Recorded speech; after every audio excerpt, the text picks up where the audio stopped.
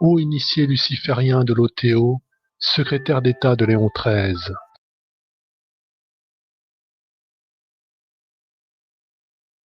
Voici un texte paru récemment dans Sous la bannière, sous la plume de Félix Causa, qui est capital. Il présente nombre de faits qui démontrent que déjà sous le pape Léon XIII, un prélat franc-maçon, un prince de l'Église, membre d'une société secrète luciférienne, l'OTO, gouvernait l'Église sous l'autorité du pape. C'est lui qui fut derrière le trône pontifical, le véritable instigateur du ralliement des catholiques français à la République maçonnique. Ce cardinal Félon est né à se reposer en Suisse allemande, à l'abbaye bénédictine d'Ansideln. À partir de là, il pouvait facilement se rendre à la loge de Zurich qui ne se trouvait qu'à 30 km. Selon un témoignage recueilli par Félix Lacuenta, Rampolla se rendait à cette loge suisse tous les 15 jours. Cette trahison au sommet de l'Église porta des fruits vénéneux. Elle fut la source principale qui allait permettre la destruction de l'Église à la suite du Concile Vatican II. L'appartenance maçonnique du cardinal Rampolla ne fait malheureusement que peu de doute, comme nous allons le voir plus tard. Mais à un prince de l'Église tel que le cardinal Rampolla, deuxième personnage après le pape, il fallait un cénacle plus élevé, et ce cénacle fut l'OTO, secte véritablement luciférienne. Ce haut cénacle de la contre-église de Lucifer servit de base arrière au cardinal Félon. Mais qui est donc le cardinal Rampolla ? Mariano Rampolla del Tindaro, nous dit Michel Mourne, naquit à Polizzi Generosa en Sicile le 17 août 1843 et mourut à Rome le 17 décembre 1913.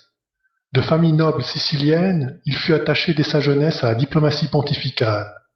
Archevêque titulaire d'Héraclée et nonce à Madrid en 1882, cardinal en 1887, il succéda à Jacobini comme secrétaire d'État et seconda activement les efforts de Léon XIII pour une amélioration des relations avec les États européens.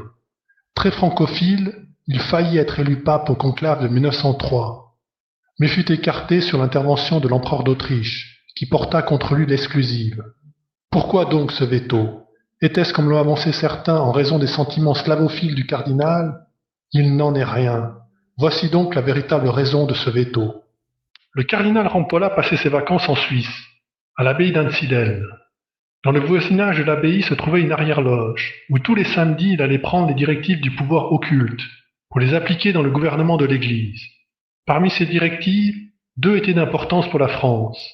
Conclure le ralliement des catholiques à la République, mais pour assurer le règne luciférien au sein même de l'Église, fonder au Vatican une arrière-loge secrète, destinée à préparer des hauts dignitaires du Saint-Siège à l'exécution du plan infernal. C'est la raison pour laquelle l'empereur d'Autriche avait porté contre lui l'exclusive, car il semblait devoir rassembler la majorité des suffrages au conclave. Le très catholique empereur d'Autriche savait que le cardinal Félon avait été un des puissants instigateurs de la politique d'apaisement diplomatique, qui aboutit au ralliement des catholiques français à la République, donc à la consolidation d'un régime déjà solidement tenu en main par les francs-maçons. L'hostilité de l'Autriche n'était pas due à une saute d'humeur de François-Joseph, empereur d'Autriche.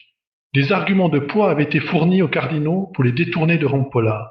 On sut en effet beaucoup de choses par la suite. Monseigneur Join, écrit le marquis de la Franquerie, avait eu en main l'affiliation du cardinal Rampolla aux sociétés secrètes, et tout un dossier le concernant. Il chargea alors le rédacteur en chef de la Revue internationale des sociétés secrètes, qu'il avait fondée et dirigée, d'aller montrer ce dossier aux évêques français susceptibles de comprendre la gravité de la chose.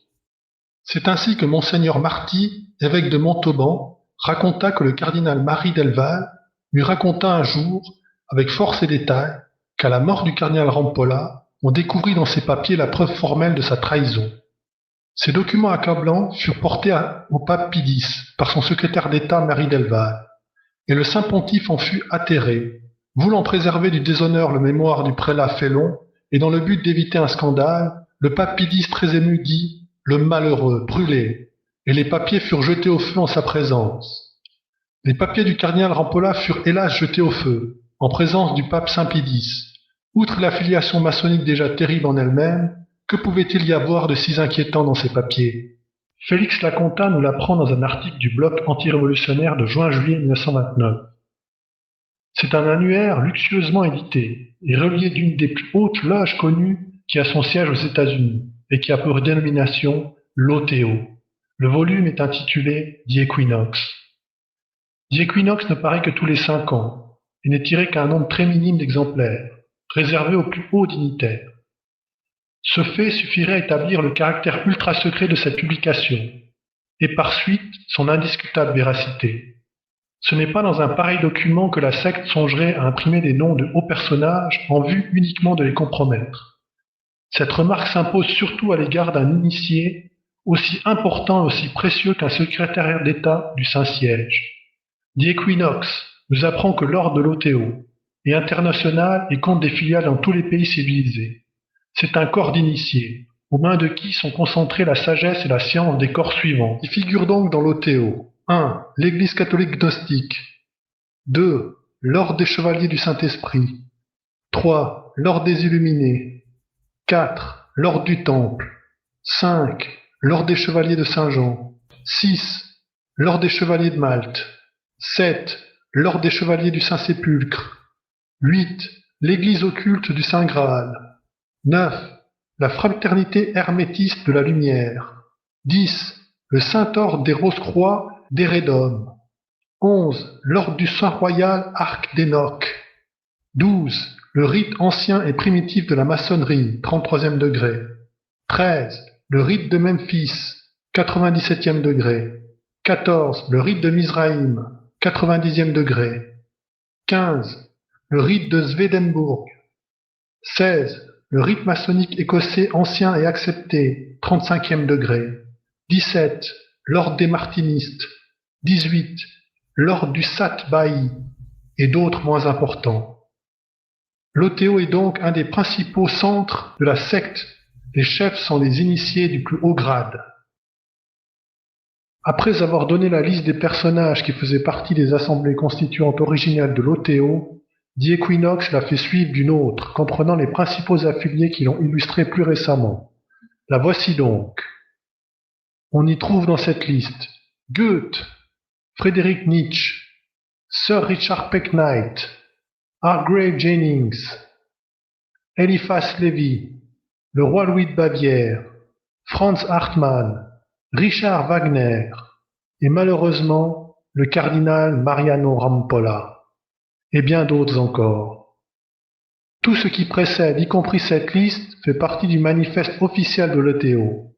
Il est clair qu'à ce stade, il ne fait plus vraiment de doute que l'ancien secrétaire d'État de Léon XIII a fait partie d'une des plus hautes loges connues. La présence de son nom dans le document le démontre de façon irréfutable. Nous voici donc fixés sur l'affiliation du cardinal Rampolla del Tindaro à l'une des pires sectes du mystère d'iniquité à l'œuvre dans le monde. Pour compléter les informations essentielles que nous vous avons données, nous allons vous en livrer d'autres, complémentaires, extraites de l'ouvrage de Craig M. Bichner, entièrement consacré à l'OTO et paru en 2005, Blood on the Altar, du sang sur l'autel. L'auteur américain nous apprend que l'appartenance du cardinal Rampolla à l'OTO peut être constatée dans une nomenclature des hauts initiés du manifeste de l'OTO pour l'année 1917, dans laquelle le nom du cardinal Rampolla est dûment répertorié. L'ironie du sort voulut que Rampolla travaillât en étroite association avec Léon XIII, le pape qui rédigea l'encyclique la plus implacable contre la franc-maçonnerie. M. Bichner nous précise que ce fut Monseigneur Join qui décida à l'empereur d'Autriche à user de son droit de veto pour neutraliser Rampolla, lorsqu'il fut presque acquis que ce franc-maçon de l'OTO allait être élu pape. Monseigneur Join, qui avait pressenti la tournure que prendrait le conclave, persuada alors l'empereur d'Autriche-Hongrie d'invoquer le droit d'exclusion, remontant au XVIIe siècle, clause depuis longtemps oubliée d'un traité conclu entre Vienne et le Vatican, traité qui donnait à François-Joseph le pouvoir de veto sur l'élection d'un pape. Ainsi, ce fut grâce à Monseigneur Join, le vénéré prélat bien au courant des manigances des sociétés secrètes, que Rampolla fut mis sur la touche. La secte n'oublia pas l'affront et le cuisant échec qui retarda ses plans d'un demi-siècle. À l'issue de la Première Guerre mondiale, première étape du plan Pike-Mazzini, document absolument authentique et non pas faux comme ose le prétendre Taguieff dans sa Foire aux Illuminés. Et c'est alors que l'Autriche-Hongrie fut démembrée et la monarchie abolie. Mais le rôle de Rampolla ne fut pas complètement anéanti pour autant à cause de ce terrible échec. Sous le règne de Saint Pidis lui-même, Rampolla a influencé des hommes qui auront par la suite la possibilité de façonner la papauté au XXe siècle. Autrement dit, Rampolla, quoique évincé, réussit à placer ses pions, à poser des mines avant de disparaître. Ce fut la mise en place du fameux réseau Rampolla. Réseau dont une des pièces maîtresses réussira 60 ans plus tard, là où le haut initié de l'OTO avait échoué. Il est bon de savoir également que l'OTO dispose d'une branche ecclésiastique qui porte le nom d'Église catholique gnostique. L'OTO constitue donc un des agents pourrisseurs les plus efficaces mis au point par la contre-Église. Qu'un prince de la Sainte Église romaine ait pu se fourvoyer avec de si hautes structures lucifériennes en compagnie d'hommes irrécupérables et si profondément pervers donne une idée de la puissance du démon et des moyens qu'il s'est déployés pour arriver à ses fins abjectes. Dieu, ayez pitié d'hommes qui auraient dû être à votre service et ont préféré choisir et servir votre pire ennemi dans le secret. Il est à espérer qu'ils ont eu le temps de se repentir avant leur mort. Ainsi s'achève ce documentaire sur le pauvre et malheureux cardinal Mariano Rampolla del Tindaro. J'accueille aujourd'hui sur ma chaîne Adrien Abosi. Bonjour Adrien. Bonjour. Tu as récemment causé des remous, c'est le moins qu'on puisse dire, en prenant la défense du cardinal Rampolla, que certains accusent d'être franc-maçon. Et surtout, le plus important, c'est de quoi, au final, ce sujet est révélateur. Car on va le voir, ça ne tourne visiblement pas tout à fait rond dans la tête de certains. Donc, je te donne la parole sur ce sujet, car déjà, je te prends au sérieux. Ça marche. Alors, comme tu l'as dit, cher Maccabée, dans mon émission du 19 mai, j'ai rappelé que le cardinal Rampolla a été victime d'une calomnie de la part de ceux qui l'accusent d'avoir été franc-maçon ou membre d'une secte luciférienne qui s'appelle, alors je prends mon anti-sèche, Ordo Templi Orientis, donc selon l'anagramme OTO. Alors selon la légende, lors du conclave de 1903, le François-Joseph, l'empereur d'Autriche-Hongrie, a fait valoir ce qu'on appelle le droit d'exclusif, c'est-à-dire un droit de veto sur l'élection du pape, pour empêcher l'élection du cardinal Rampolla. Donc jusque-là, c'est vrai, mais ce qui est faux, c'est ce qui arrive, c'est qu'on nous dit que la cause de ce veto serait le fait qu'on aurait découvert son affiliation maçonnique. Voilà, ça c'est la thèse que nous allons réfuter. Pourquoi les conspis s'emballent-ils autant sur la question Rampolla? Je précise que je ne considère pas que toutes les personnes qui pensent que Rampolla est franc-maçon sont conspis. Je le pense d'autant moins que j'ai moi-même cru à cette légende calomnieuse et je l'ai moi-même véhiculée. À l'époque, je n'étais pas conspi, mais simplement, je faisais confiance aux gens qui faisaient autorité à mes yeux et qui le disaient. Voilà. Je tenais à faire cette mise au point, donc que toutes les personnes qui pensent que Rampolla est franc-maçon ne se sont pas visées quand je parle des conspis. Alors, il faut distinguer la scène critique des complots, comme l'Église l'a toujours fait à travers les siècles dans son histoire, donc templiers, francs-maçons, modernistes. Donc, distinguons cette critique saine des complots du conspirationnisme. Qu'est-ce que c'est le conspirationnisme? C'est une idéologie qui propose comme unique grille explicative de la marche du monde l'existence d'un grand complot qui précisément contrôle le monde. Et le complot est censé expliquer tous les grands événements, comme si les individus étaient tous sous contrôle et privés de leur libre arbitre, comme si la société n'avait pas un développement qui lui était propre. Voilà. Donc, selon des déclinaisons de cette idéologie, parce que c'est une idéologie, un petit groupe d'hommes, souvent juifs, se réunissent dans un bureau pour manipuler des peuples victimes et innocents. Cette idéologie est une perte de pied avec le réel. Pourquoi? Parce que bien sûr qu'il y a des élites corrompues qui travaillent à la destruction de l'Église. Ces élites, nous les combattons.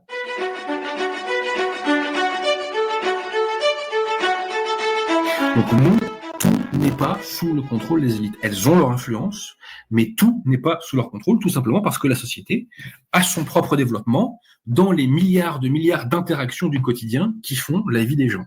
Je donne un exemple qui va vous faire sourire. Il y a quelque temps de ça, il y a eu un concert de Jul au stade Vélodrome qui a donné lieu à des pillages et des émeutes. tous ces événements n'ont pas eu lieu parce que des gens se sont réunis dans un bureau pour se dire il faut que tel événement ait lieu. Non.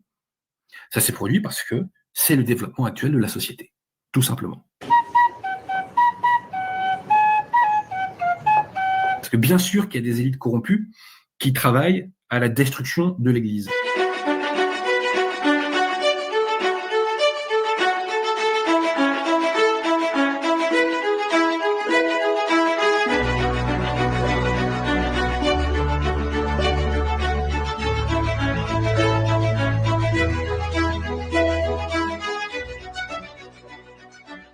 Le secret du réseau Rampolla. Pourquoi des infiltrations ennemies dans l'Église? Suite à des observations de lecteurs de la première édition de notre ouvrage, nous jugeons utile de faire une mise au point sur la raison profonde des infiltrations ennemies. Judaïque, maçonnique, ésotérico-occultiste, satanico-luciférienne, moderno-progressiste, mondialiste, etc. dans l'Église. Les fruits de Vatican II sont amers. Pire, ils donnent la mort spirituelle. Beaucoup de nos lecteurs les connaissent. Désaffection générale envers la religion. Chute vertigineuse de la pratique religieuse. Effondrement de l'assistance à la messe. Chute vertigineuse des vocations. Que ce soit chez le clergé régulier ou chez le clergé séculier, regroupement des séminaires vides pour former des séminaires interdiocésains, regroupement des paroisses pour constituer de nouvelles paroisses, messes sans prêtre, obsèques sans prêtre, bref, c'est la déclergification générale qu'appellent de tous leurs vœux les sectaires de la contre-église, ennemis mortels du sacerdoce catholique. Nous sommes, en notre XXIe siècle, les témoins de la perte quasi générale de la foi. Nous vivons l'apostasie générale des nations, annoncée dans les Saintes Écritures et dans les révélations supérieures. La Salette, Fatima, de saints religieux et de saintes religieuses. Une telle abomination de la désolation n'a pu survenir sans un travail subversif obstiné, de plusieurs siècles en amont. Pourquoi de tels monceaux de ruines, comme l'avait entrevu Monseigneur de Lassus dès 1910? Pourquoi sommes-nous les témoins pratiquement impuissants de destructions aussi nombreuses, destructions dont les infiltrations maçonniques ecclésiastiques est une hiérarchie totalement dévoyée jusqu'à son plus haut sommet, sont les responsables directs? Pourquoi la nouvelle Église apostate a-t-elle tout refait? Pourquoi avoir refait les sacrements de l'Église catholique en ordre qui étaient parfaits? Pourquoi avoir refait le sacrement de l'ordre et celui de la consécration épiscopale qui était parfait? Pourquoi avoir refait la Sainte Messe qui était absolument parfaite, la messe traditionnelle dite de Saint Pie V valide à perpétuité? Pourquoi une telle frénésie diabolique du changement? La Sainte Église pouvait-elle se tromper ou nous tromper? Ce qui avait été établi depuis le temps des apôtres pouvait-il être imparfait, mitigé, douteux? Pourquoi avoir refait le droit canon? Pourquoi avoir refait le grand exorcisme du rituel romanum? Était-il imparfait lui aussi? Or, il se trouve que le nouvel exorcisme est totalement invalide, inefficace, comme s'en lamentait le père italien Gabriel Amorce, décédé il y a quelques années. Alors, pourquoi toutes ces refontes? Qui osera prétendre que les nouveaux rituels, les nouveaux sacrements promulgués par l'Église conciliaire sont absolument parfaits, beaucoup plus parfaits que ceux de l'Église en ordre? Qui osera relever le défi? Alors pourquoi tout refaire? Qui, dans l'Église, peut s'arroger le droit de toucher au rituel? Comme nous l'a fait remarquer un ami très compétent, membre fondateur du groupe Rore Sanctifica, ces bouleversements ont été voulus par la maçonnerie ecclésiastique infiltrée dans l'Église, dans le but exclusif de produire des sacrements invalides afin de couper les canaux de la grâce. Or, sans la grâce, sans les appuis divins, qui peut se vanter de survivre en la jungle de notre impitoyable monde contemporain? Qui peut arriver à survivre en notre monde apostat entièrement contrôlé par l'ennemi, c'est-à-dire par Lucifer, ses démons et toutes les sociétés secrètes d'essence luciférienne? Qui? Notre monde apostat est tout entier constitué dans la volonté de faire perdre la foi catholique aux fidèles qui l'auraient conservée et savent encore de quoi ils retournent. Or, sans la foi, nul ne peut plaire à Dieu, nous enseigne le catéchisme. Perdre la foi est la chose la plus terrible qui puisse arriver en ce bas monde. Perdre la foi, c'est mettre son âme en danger. Perdre la foi, c'est courir le risque de se fourvoyer dans le monde. C'est aussi courir le risque de se damner éternellement, but avidement recherché par Lucifer, par tous les démons et par toutes leurs âmes damnées des sociétés secrètes. Faut-il s'étonner en conséquence de l'apostasie galopante parmi les fidèles de l'Église conciliaire œcuméniste, syncrétiste, noachide, cette Église de la liberté religieuse où tout est autorisé sauf conserver la foi catholique authentique dont saint Pie X fut un des derniers grands défenseurs? Rappelons encore une fois, même si c'est difficile à entendre, que le but du diable consiste à favoriser en tout la damnation du plus grand nombre, afin de contrecarrer le plan divin. À l'idée que les hommes ont été appelés à occuper les trônes des anges déchus, perspective affreusement douloureuse pour des rebelles qui ont perdu le ciel par leur révolte, la haine des démons envers le genre humain ne connaît plus de bornes. Ils cherchent continuellement à précipiter les hommes en enfer, châtiment immédiat de la révolte céleste, et ne lésinent pas sur les moyens à employer. Pour faire chuter les hommes, le moyen le plus important a consisté à leur faire perdre la foi. Les attraits du monde n'ayant pas été suffisants, il a donc fallu s'attaquer au dogme, s'attaquer à la Sainte Messe, mais surtout au sacerdoce catholique, intermédiaire entre Dieu et les hommes, les prêtres catholiques constituant une caste d'hommes que le Seigneur s'est réservée pour transmettre ses grâces. S'attaquer au sacerdoce constituait donc la plus subtile des attaques, car les canaux de la grâce sont absolument vitaux pour la vie surnaturelle. La raison profonde des infiltrations maçonniques est là et nulle part ailleurs. Quels que puissent être les cris d'Offray de certains traditionalistes, notamment des factions ralliées ou en voie de ralliement. Quant aux apostats conciliaires, ils sont déjà ancrés dans un aveuglement dont il leur sera difficile de se libérer. Certes, lorsqu'on y réfléchit, les conséquences des nouveautés conciliaires sont dramatiques, elles sont terriblement tragiques.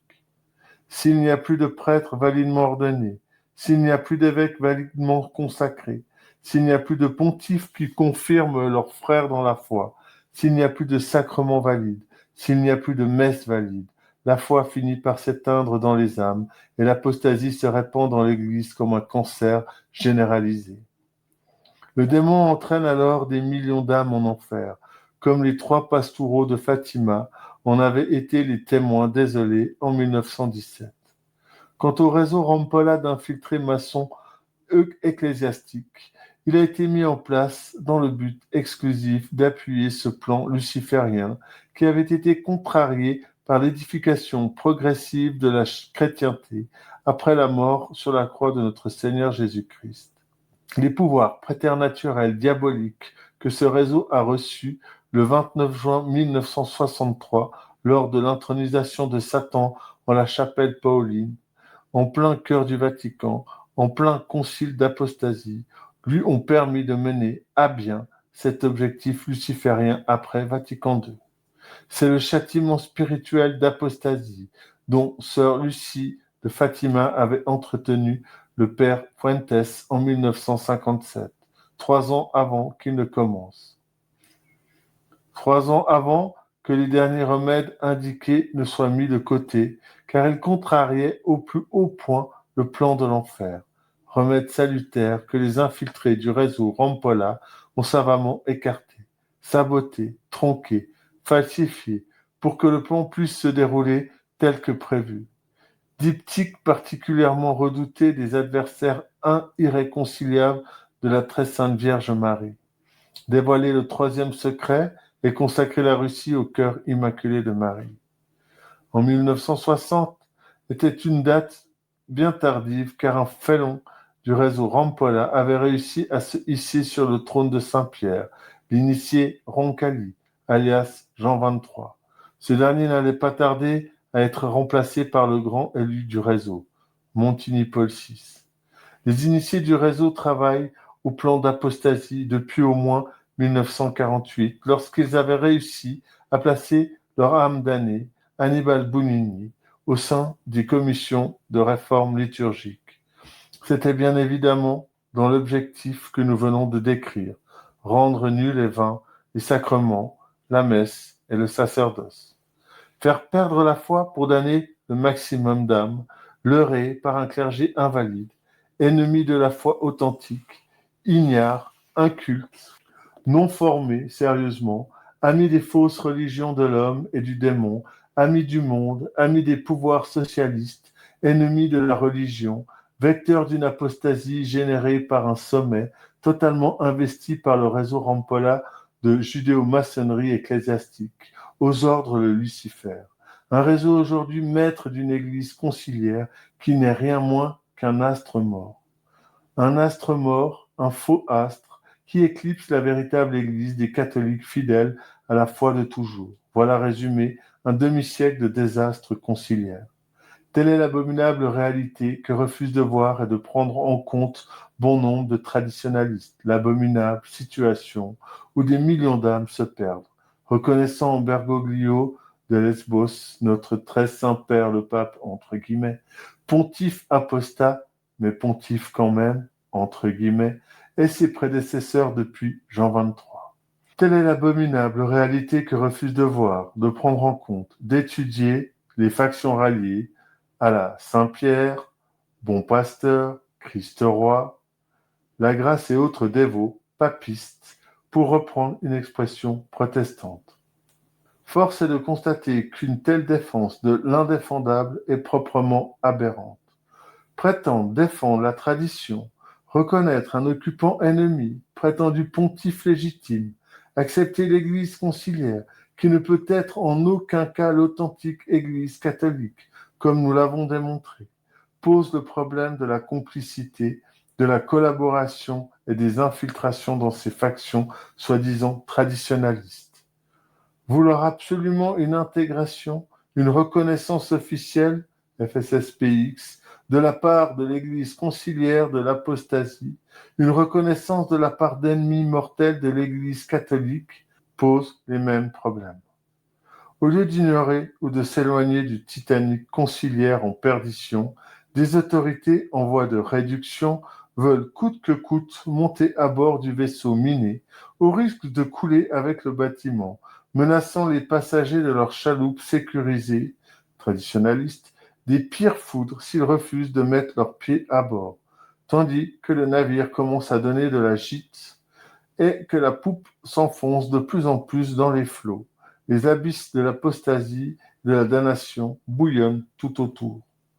Faudra-t-il attendre que l'eau arrive au niveau des cheminées ou de la proue pour que ces autorités, entre guillemets, en voie d'aveuglement, finissent par ouvrir les yeux, ou bien sont-elles, elles aussi, des complices conscients ou inconscients, loi de réduction, de l'entreprise universelle de destruction, de tromperie et d'apostasie? Les agents du réseau Rampolla ont tari les canaux de la grâce et les fidèles, trahis, abandonnés, livrés à eux-mêmes dans les eaux tumultueuses du monde, perdre pied, deviennent indifférents, apostasient, s'engagent sur la voie large et spacieuse qui mène à la perdition pour devenir rapidement des épaves inconsistantes, promenées au gré des flots. C'est bien la conséquence des infiltrations de la maçonnerie ecclésiastique du réseau Rampolla, servante de Lucifer, dont les pseudo-pontifes antipapes ont coordonné toute l'action, de Roncalli à Bergoglio de Lesbos. C'est là la raison d'être de l'apostasie déferlante et galopante dont profite l'islam gnostique et antichrétienne, instrumentalisée par la synagogue talmudo-kabbaliste, non moins luciférienne. La papauté est devenue invalide, l'épiscopat et le clergé également, depuis la mise en place de Pontificalis Romani en 1968. Les sacrements sont invalides. La nouvelle messe, véritable synaxe protestante, est totalement invalide, dans tous les cas, quelle que soit l'intention du prêtre. En 50 ans, le sacerdoce sacrificiel a été totalement invalidé, stérilisé, pour tarir les canaux de la grâce et damner les fidèles.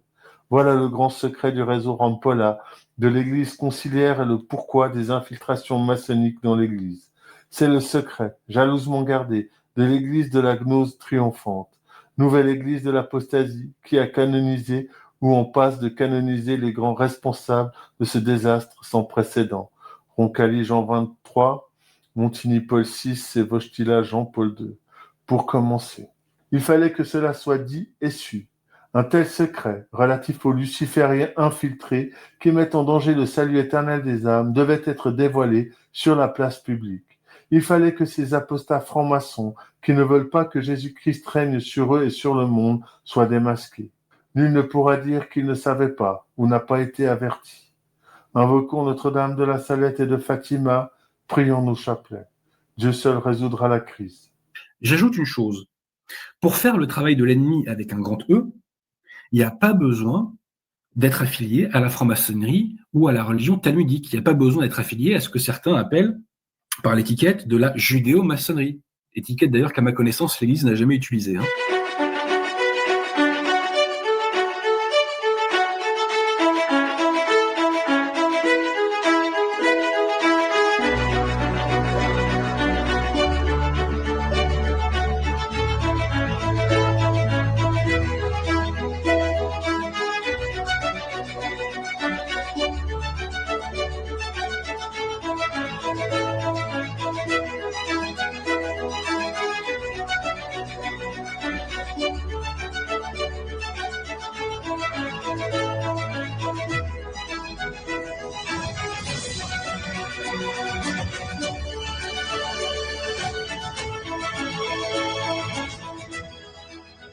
Théodore Francy, dans la conjuration antichrétienne, Monseigneur de Lassus affirme que les Juifs sont au sommet de la hiérarchie maçonnique. Qu'en pensez-vous? Ça n'a jamais été prouvé, donc je pense que c'est faux. Alors je sais qu'il y a des trolls qui vont arriver, mais non, ça je pense que c'est un mythe, qui fait plaisir à beaucoup de gens. Et d'ailleurs, j'ai lu des ouvrages qui l'affirmaient, mais j'ai jamais lu d'ouvrages qui le démontraient, si vous voulez. Et Monseigneur de Lassus est un très grand théologien, mais là-dessus, je pense qu'il n'a pas beaucoup de sources, si vous voulez. C'est pas judéo-maçonnique. C'est un ésotérisme. Ça l'est ou ça l'est pas? C'est un ésotérisme qui est au mieux anachronique, en tout cas. Non, en tout cas, il y a des influences kabbalistiques dans la franc-maçonnerie, et en ce sens, le mot est approprié. En tout cas, il y a des influences kabbalistiques dans la franc-maçonnerie, et en ce sens, le mot est approprié.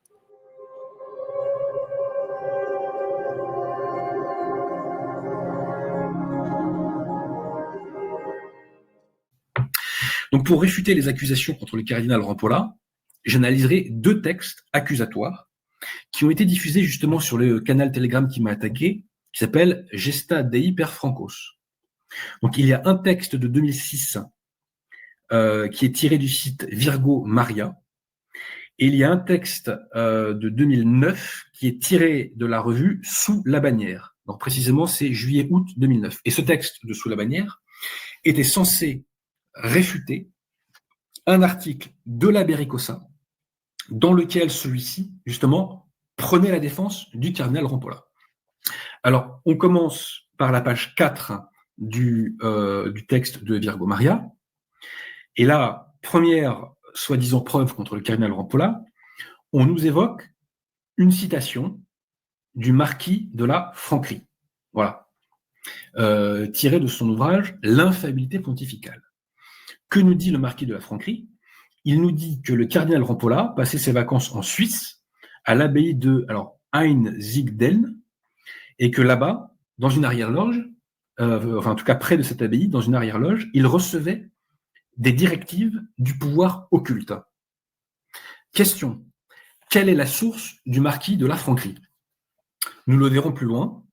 Cette source, en réalité, c'est un témoignage anonyme qui a été publié dans un article de 1929.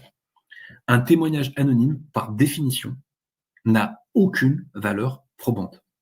Donc, cette pseudo-preuve ne vaut strictement rien. Rien du tout.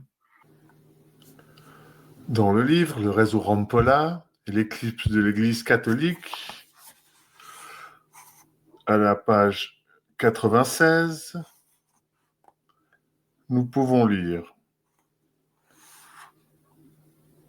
C'est clair et laïque traditionnaliste, à la langue bien pendue, oserait-il accuser de mensonge le cardinal Méridelval, Monseigneur Marty et le marquis de la Franquerie? En tant qu'amis du marquis de la Franquerie, nous ne permettrons pas qu'on attente à la mémoire de ces valeureux combattants. En note de bas de page, et très spécialement l'abbé Ricossa et son mouvement Sodalicium, qui a mis en cause l'article de Félix Cosa sur le cardinal Rampolla, l'obligeant à réfuter ses prétendus arguments. Ajoutons que l'abbé Ricossa est un ennemi du secret de la Salette et a même rédigé une brochure pour en interdire la lecture.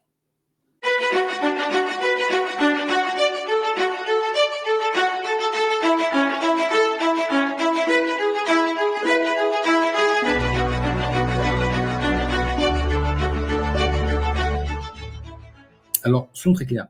J'ai des désaccords avec l'abbé Ricossa. Je n'adhère pas, par exemple, à la thèse de Cassiacum. Je ne partage pas sa position sur l'Apocalypse, sur la Salette.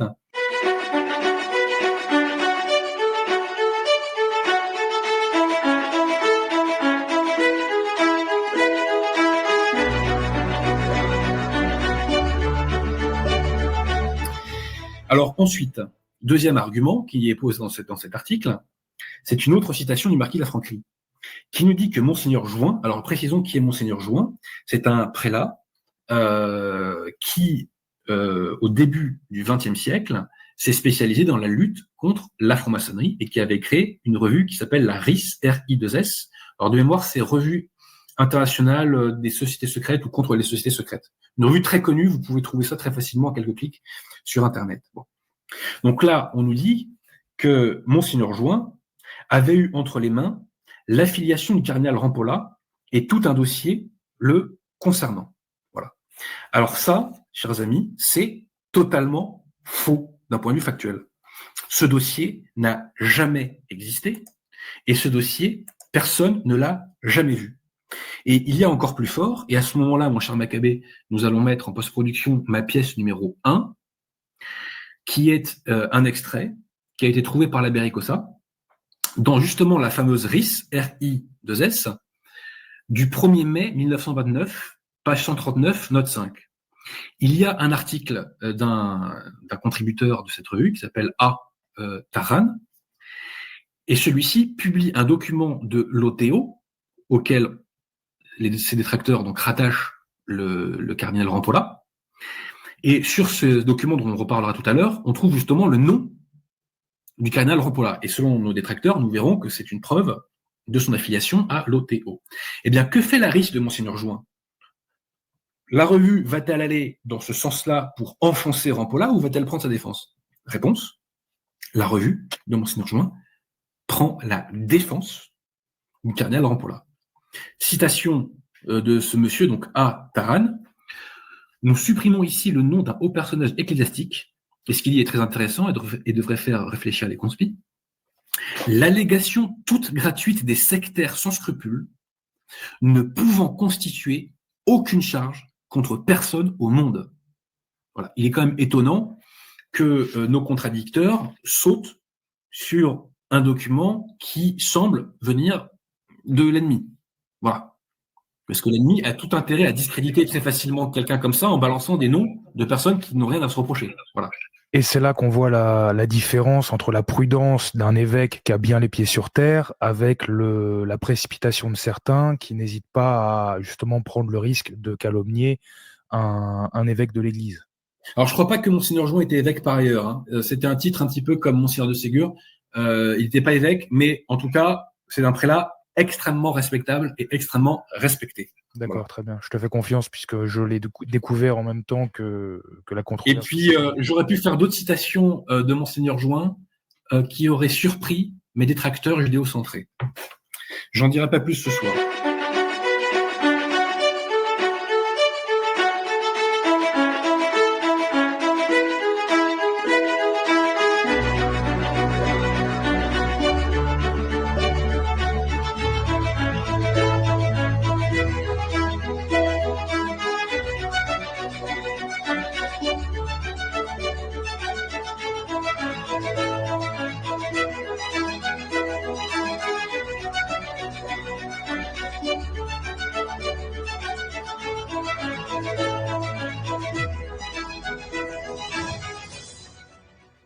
Mais ce qui est intéressant, c'est, je vous ai parlé de cet article de 2009 qui porte la contradiction à la Bellicosa.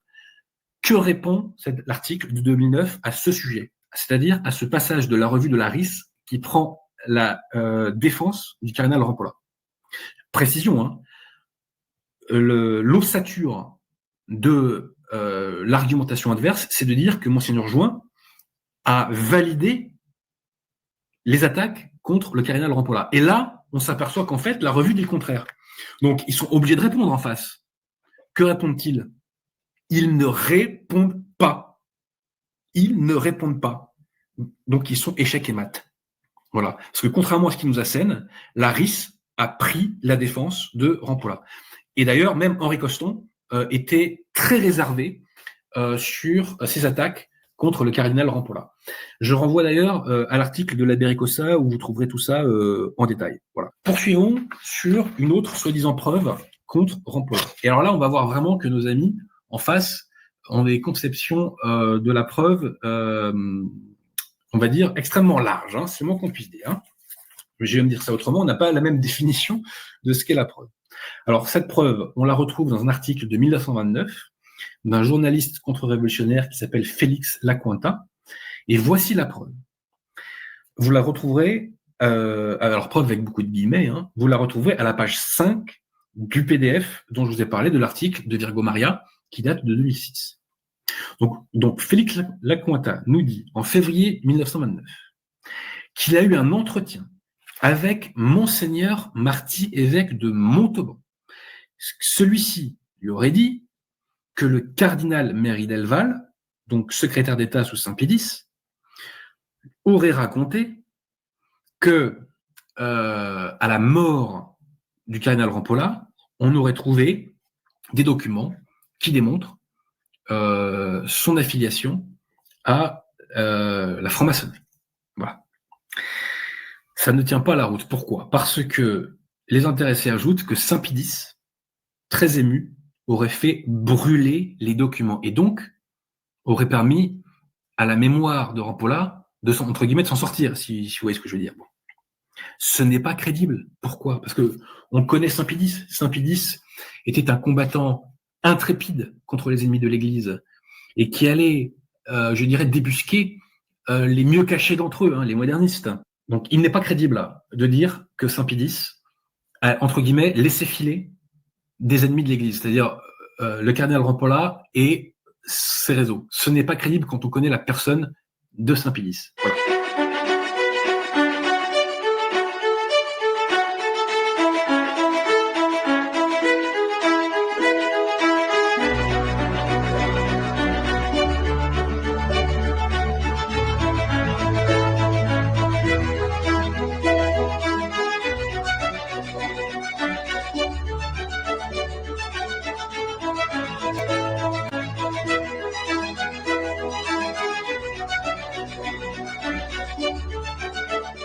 Alors, il y a d'autres arguments qui nous sont opposés. On m'a opposé un passage de Pierre Hillard dans lequel celui-ci nous dit que le cardinal Rampolla a recommandé un personnage qui s'appelle Joseph Ratzinger. Joseph Ratzinger est un Polonais qui jouera, après la Seconde Guerre mondiale, un rôle très important pour la construction européenne. Je réponds que cette recommandation ou nomination de Ratzinger, je ne sais plus exactement ce qu'il en est, ne prouve qu'une chose, Ça ne prouve que le cardinal Rampolla l'a recommandé. Pour qui? Pourquoi? Pour faire quoi? Là, nos contradicteurs conspi projettent des choses que Rampolla ne pouvait pas savoir à l'époque. C'est un peu absurde, si vous voulez. C'est-à-dire qu'on ne peut pas faire grief au cardinal Rampolla de ne pas savoir lire dans l'avenir. On ne peut pas lui faire grief de ne pas avoir deviné ce que serait l'action de Ratzinger les décennies qui suivent. Voilà. Donc, ceci n'est pas la preuve déjà en soi d'une appartenance à la maçonnerie, et ça ne prouve qu'il a simplement donné un petit coup de pouce à un moment donné à Ratzinger. Voilà. Devait devenir pape. Grâce au livre d'Henri Barbier, on sait qu'il était lié au plus haut degré de la franc-maçonnerie. Et donc, ça sentait très, très mauvais. Et grâce à l'intervention de l'Autriche-Hongrie, la chose ne s'est pas faite. Le cardinal Rampolla était lié à un homme qu'il faut impérativement connaître, qui s'appelait Joseph Ratzinger, 1888-1960. Et là, mesdames et messieurs, monsieur l'abbé, nous avons le couple infernal. Les deux hommes qui ont créé tous les malheurs, Rampolla pour la branche spirituelle qu'il va donner Vatican II, et Ratzinger, tout ce qui est construction européenne en lien avec le partenariat transatlantique dans le cadre de la gouvernance mondiale.